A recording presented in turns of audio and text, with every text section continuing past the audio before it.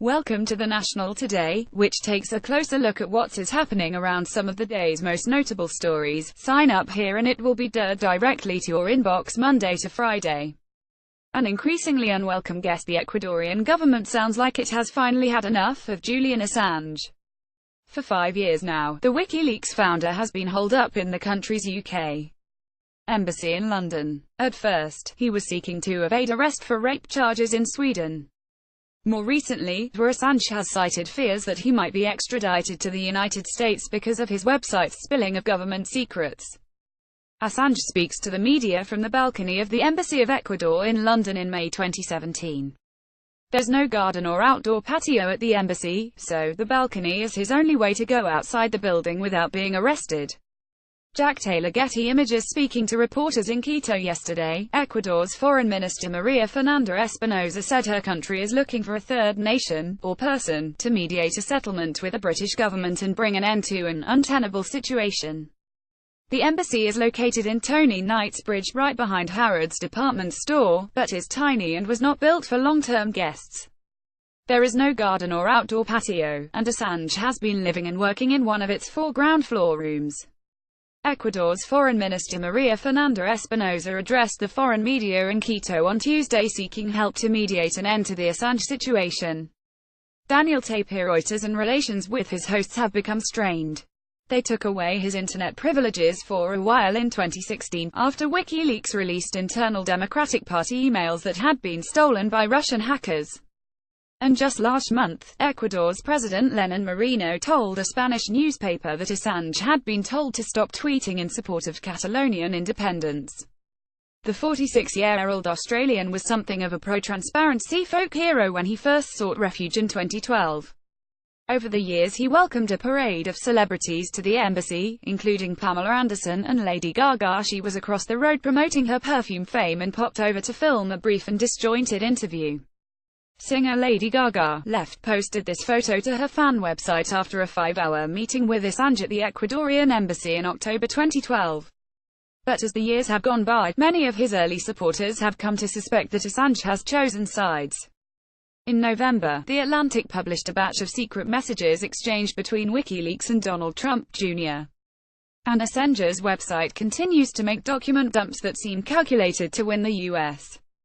president's favor, like this week's sharing of a free and unauthorized PDF of Michael Wolff's Fire and Fury, potentially undermining sales of the critical book. It's unclear whether Assange still has reason to be concerned for his liberty. The Swedes dropped the rape charges last spring, and President Obama pardoned one of his main sources, Chelsea Manning, shortly before leaving office. Assange had set Manning's freedom as a prerequisite for him leaving his bolt hole, but he didn't budge following her release from military prison in May. A police officer walks past the Ecuadorian embassy in London, following a shift change in February 2015.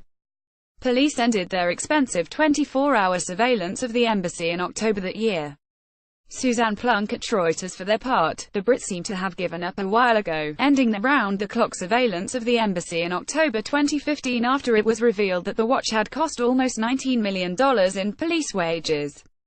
Assange still acts like a hunted man, keeping up a steady of social media messages about a mysterious burglary at the offices of his Madrid lawyer, and the brief deactivation of his Twitter account over Christmas. Proof, perhaps, of a dark conspiracy. Or simply a man who has spent too much time alone in his room. Michael Wolff interview. Rosemary Barton has a feature interview with Michael Wolff, author of the controversial Donald Trump book Fire and Fury, on The National tonight. Here's a brief preview featuring Wolff discussing former White House advisor Steve Bannon's candid thoughts about the U.S. president. The full interview airs on CBC Television's The National at 10 p.m., and will be aired at cbcnews.ca. California mudslides are known danger. After the fire comes the flood. Or in the case of California, the mud. The torrents of dirt and debris that swept down barren slopes in Santa Barbara County yesterday killed at least 15 people, a toll that's expected to rise as searchers dig through what's left of homes and vehicles.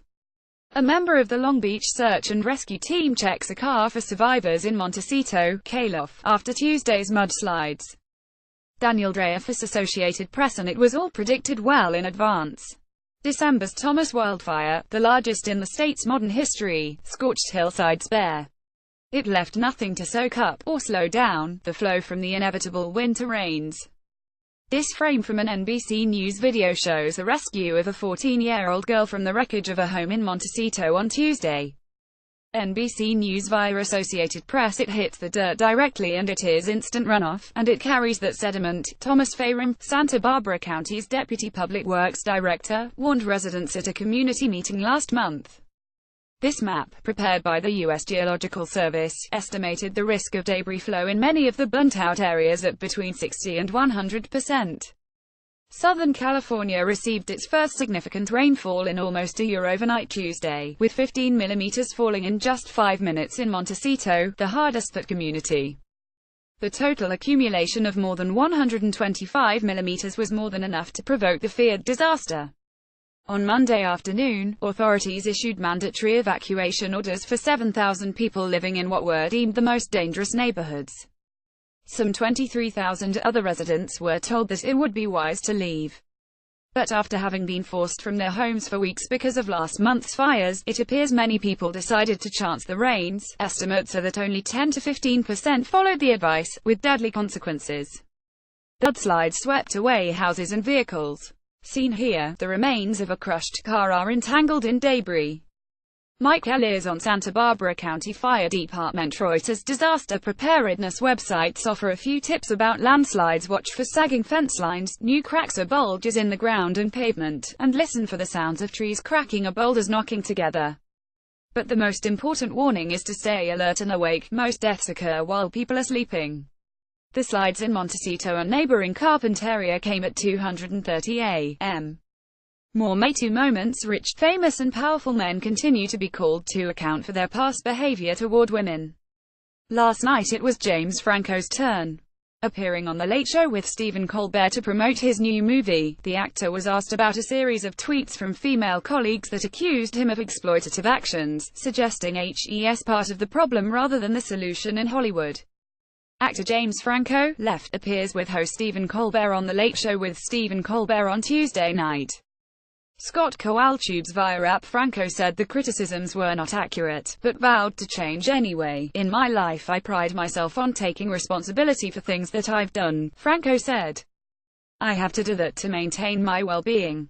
I do it whenever I know that there is something wrong and needs to be changed. I make it a point to do it. Meanwhile, his one-time co-star Mark Wahlberg is under fire after revelations that he was paid $1.5 million for reshoots of his new movie All the Money, while actress Michelle Williams and other key players including director Ridley Scott worked for the minimum $80 a day per diem. The emergency makeover became necessary after Kevin Spacey, who was originally cast as J. Paul Getty in the film, faced his own allegations of sexual misconduct and was replaced by Christopher Plummer. Cast member Mark Wahlberg poses at the premiere for All the Money in the World in Beverly Hills, Calof, in December. Mario Anzoni. Reuters. In London, England, conductor Charles Dutoit has accelerated his planned departure from the Royal Philharmonic Orchestra, stepping down effective immediately in the wake of allegations of past unwanted sexual advances. While in London, ONT, City Council is reconsidering a 2011 decision to name a park after local screenwriter Paul Haggis.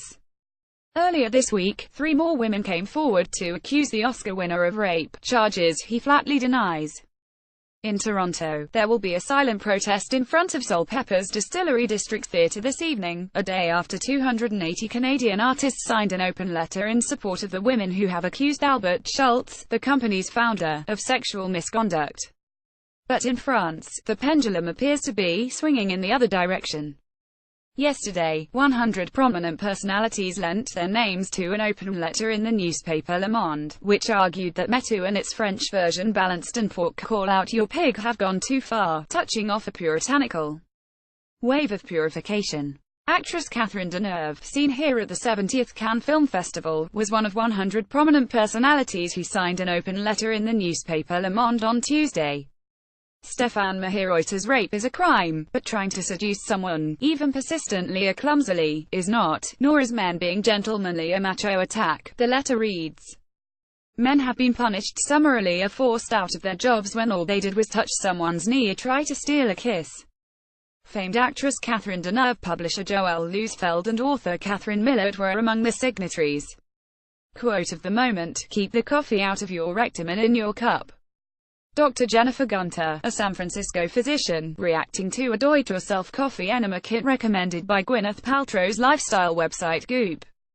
Such treatments have no health benefits whatsoever, says the doctor. What the National is reading: backlash grows against Tim Hortons worker benefit cuts. CBC Myanmar charges 2 journalists for Rohingya reports.